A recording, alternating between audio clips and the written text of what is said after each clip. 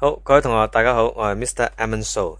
咁今日咧就會同大家睇睇咧，就係2007年會考 HKC E07啦嘅數學卷嘅卷一嘅甲一嘅第9條嘅。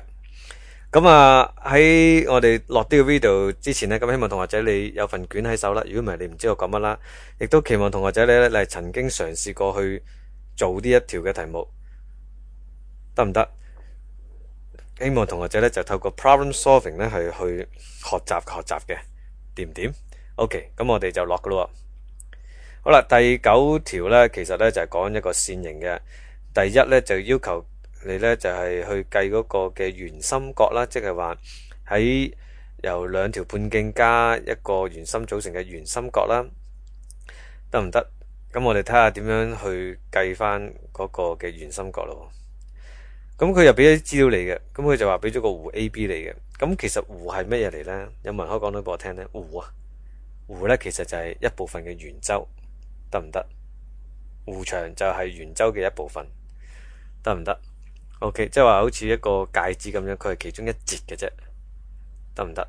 好，咁如果你知呢樣嘢嘅話呢，咁點樣計出嚟呢？其實係關於圓周嘅計算先噶嘛。咁我咧就會計算咗個圓周，然之後咧就取佢某個份量嘅。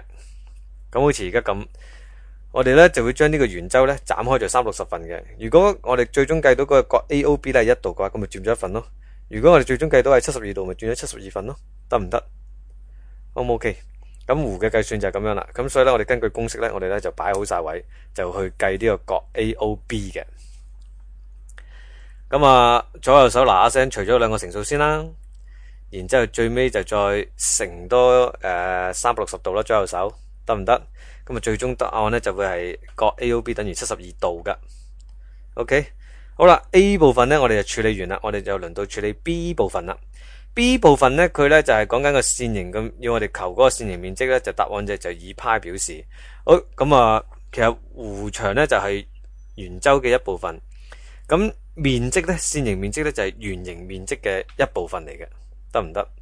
其實線形面積仲好睇，仲好玩咧，因為佢會切蛋糕咁啊嘛，得唔得？咁我哋咧就將圓形呢一個面積咧就切做360份，即係將個披薩切做360份。咁如果佢係有個圓周角係72度，咁即係佔咗72份咯，得唔得？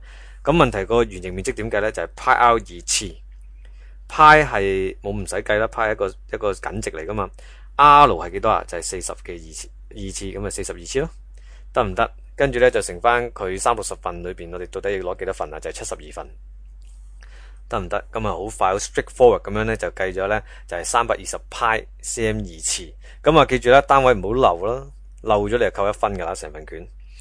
OK，咁第9條好開心啦，好簡單啦，亦都處理完畢噶啦。咁希望同學仔如果有啲咩唔識嘅，可以 send email 俾我啦 ，scan 咗個題目先啦，或者有啲咩點子你想同我交流嘅，咁麻煩同學仔都 send email 俾我啦。再唔係上 Facebook 度吹下水啦。好，係咁咯，係咁先啦。再見啦，咁多位同學，拜拜。